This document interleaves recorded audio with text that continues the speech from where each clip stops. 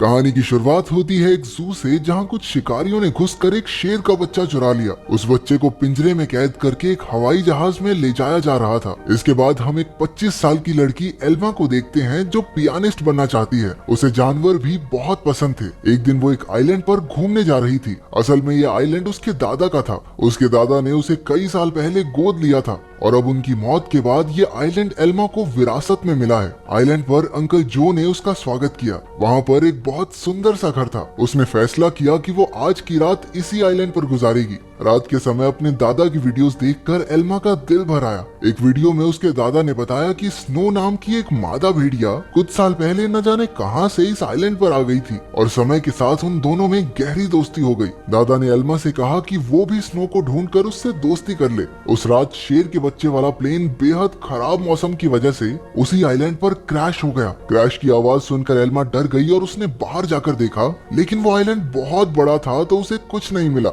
अगली सुबह चार्ल्स और एली नाम के दो नौजवान वहां आए। उन्होंने स्नो को कैद करने के लिए जाल बिछा दिया। असल में वो भेड़ियों के पार्क के मालिक थे और उसके लिए स्नो को पकड़कर ले जाना चाहते थे। कुछ देर बाद स्नो जाल में फंस गई, लेकिन अपनी सूझबूझ से चार्ल्स और एली के आने से पहले ही वो जाल काटकर भाग निकली। फिर वो तैरकर आइलैंड की दूसरी ओर जा पहुंची, जहां उसकी मुलाकात एल्मा से हुई। पहले तो एल्मा घबरा रही थी, लेकिन फिर उसने अपने दादा की बात याद की और स्नो को पुचकारने लगी। कुछ देर बाद एल्मा प्लेन क्रैश की जगह पर पहुंची। खुशकिस्मती से शेर के बच्चे को कोई चोट नहीं पहुंची थी। वो एक पक्षी के घोंसले में गिर गया था, लेकिन पक्षी ने उसे नीचे धक्का दे दिया और इसके बाद वो सीधा जाकर एल्मा की गोद में गिरा। एल्मा भी उसे अपने साथ घर ले आई। उसी वक्त स्नो भी अपने छोटे बच्चे के साथ घर में आ गई। घर में 3 प्यारे जानवर देखकर एल्मा बहुत खुश थी। उसने तुरंत अंकल जो को बुलाया, लेकिन उन्होंने एल्मा से कहा कि इन खतरनाक जानवरों को घर में रखना ठीक नहीं है, तुम्हें इन्हें जू वालों को दे देना चाहिए। अंकल ने ये भी बताया कि शेर के बच्चे को ढूंढते हुए जू के कर्मचारी वहाँ जरूर आएंगे, और हुआ भी बिल्कुल वैसा ही। अगले दिन एनिमल कंट्रोल वाले वहाँ पहुँच गए। वो जानती थी कि जू वाले कितने बेरहम होते हैं, इसलिए उसने फैसला किया कि वो उन्हें जानवरों के बारे में कुछ नहीं बताएगी। उसने झूठ कह दिया कि उसने किसी शेर के बच्चे को नहीं देखा। घर लौटकर उसने देखा कि स्नो अपने बच्चे के साथ साथ शेर के बच्चे को भी दूध पिला रही थी। उसे बेहद खुशी हुई क्योंकि अब स्नो दोनों बच्चों का ख्याल रख रही थी। जैसे जैसे दिन बीतते गए, दोनों बच्चों में दोस्ती बढ़ती रही। एल्मा ने भेड़िए के बच्चे का नाम जैक रखा और शेर के बच्चे का नाम ड्रीमर। उधर अंकल जो को चिंता थी कि ये जंगली जानवर एल्मा को कोई नुकसान न पहुंचा दें। लेकिन इसी तरह कुछ महीने गुजर गए और अब दोनों बच्चे थोड़े बड़े हो चुके थे। एल्मा उन्हें आइलैंड पर घुमाने ले जाती और अपने दादा की मनपसंद जगह पर उनके साथ खेलती भी थी। बदकिस्मती से एक दिन जब एल्मा पियानो के एक ऑडिशन के लिए गई थी, तो पीछे से वो भेड़िए के पार्क वाले आइलैंड पर घुस गए। इस बार वो स्नो को कैद करके अपने साथ ले ही गए। उधर एल्मा का सिलेक्शन भी हो गया और वो बेहद खुश थी। लेकिन जब वो घर लौटी तो उसके होश उड़ गए। उसके घर का सारा सामान बिखरा हुआ था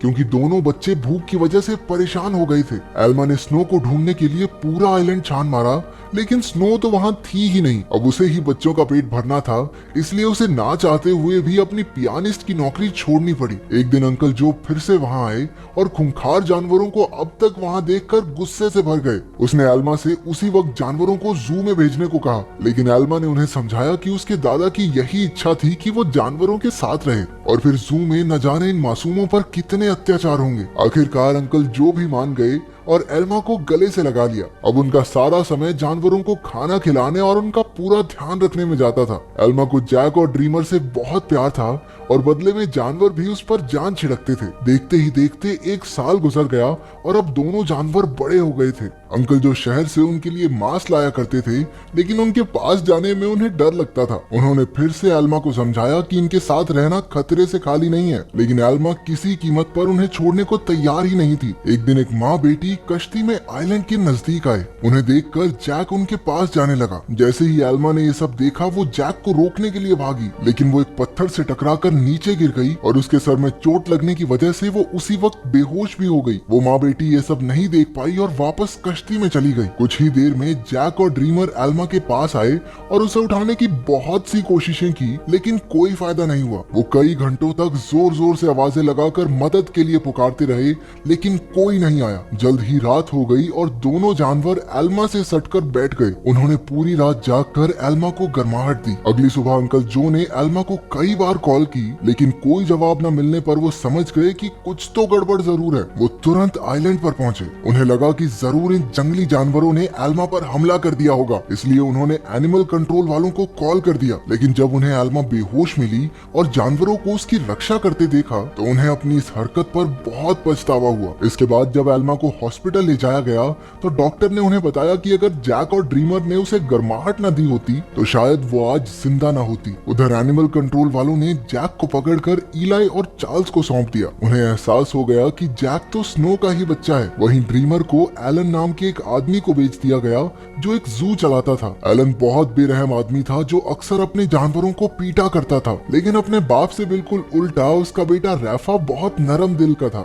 जल्द ही उसकी दोस्ती ड्रीमर से हो गई, लेकिन कुछ ही दिनों में बेचारे ड्रीमर को कई नशीली दवाइयां देकर सर्कस में करतब करने के लिए मजबूर किया जाता। ड्रीमर ने अब तक की अपनी जिंदगी मजे से आइलैंड पर गुजारी थी, लेकिन इन बेरहम लोगों ने उस पर काफी बुरा असर डाला, इसलिए राफा अक्सर उसके पास उसे शांत करने जाया करता। उधर हॉस्पिटल में एल्मा ने होश में आते ही जैक और ड्रीमर के बारे में पूछा। अंकल जो ने भारी दिल के साथ उसे सब सच बता दिया। जैसे ही एल्मा हॉस्पिटल से बाहर आई वो सीधा एनिमल कंट्रोल के दफ्तर में पहुंची। उसे पता चला कि जैक को तो भेड़ियों के पार्क में भेज दिया है और ड्रीमर को उन्होंने एक सर्कस ग्रुप को दे दिया था। ये सुनते ही वो गुस्से से भर गई और ऑफिसर पर चिल्लाने लगी, लेकिन अंकल जो ने उसे शांत किया। कुछ समय बाद एल्मा ने एली को फोन करके जैक के बारे में पूछा। एली ने बताया कि जैक बहुत खुश है और यहाँ उसके कुछ दोस्त भी बन गए हैं। इससे एल्मा को थोड़ी तसल्ली मिली, लेकिन अब भी वो ड्रीमर के लिए बहुत परेशान थी। अगले कुछ हफ्तों तक वो शहर की हर एक सर्कस में गई और सबसे ड्रीमर के बारे में पूछताछ की, लेकिन कुछ हाथ नहीं लगा। उधर ड्रीमर की वजह से एलन की मोटी कमाई होने लगी थी। ड्रीमर जल्द ही स्टार लॉयन के नाम से मशहूर हो गया। एक दिन ड्रीमर का सर्कस ग्रुप भेड़ियों के पार्क के पास से गुजर रहा था और जैक ने तुरंत अपने बचपन के दोस्त को पहचान लिया।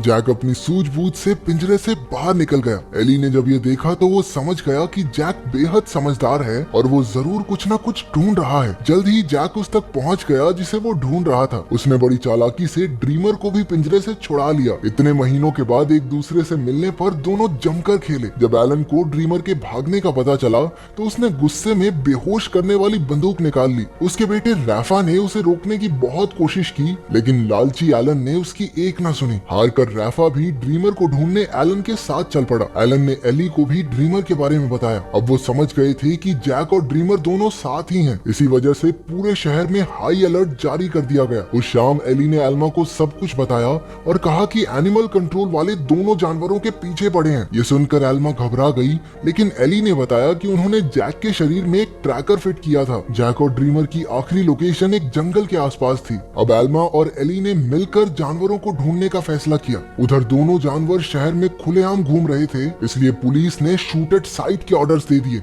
बाद में दोनों जानवर फिर से जंगल में पहुंच गए, जहां एलन और रफा ने उन्हें देख लिया। लालची एलन ने ड्रीमर पर अपनी ट्रैंकुलाइजर गन से हमला कर दिया, लेकिन उसी वक्त जैक बीच में आ गया और अपने दोस्त के बदले खुद गोली का शिकार हो गया। बेचारा जैक तो उसी वक्त बेहोश हो गया, जबकि ड्रीमर को वहां से भागने का मौका मिल गया। उसके भाग जाने के बाद रफा ने तुरंत जैक का ट्रैकर हटाकर उसे एक दवाई दे दी, जिससे बेहोशी की गोली का असर खत्म हो जाए। कुछ देर बाद बाप बेटा एक बार में पहुंचे और एली और एल्मा भी एक ट्रैकर के जरिए उन तक पहुंच गए। एलन ने उनसे कहा कि उसके पास कोई ट्रैकर वगैरह नहीं है और उन्हें बाहर भेज दिया, लेकिन समझदार रैफा ने बाथरूम का बहाना बनाकर एली और एल्मा को सब सच बता दिया। वो उन्हें जंगल में ले गया, जहां आखिरकार उन्हें ड्रीमर मिल गया। इसके बाद ड्रीमर उन्हें एक झोपड़ी में ले गया, जहां जैक आराम कर रहा था। खुशकिस्मती से उसे सही टाइम पर होश आ गया था, लेकिन तभी उन्हें पुलिस के आने का शक हुआ तो एल्मा ने दोनों जानवरों को खुफिया रास्ते से भगा दिया। अब आइलैंड तक पहुंचने के लिए उन्हें सिर्फ एक नदी पार करनी थी। पुलिस से बचने का एक यही रास्ता था,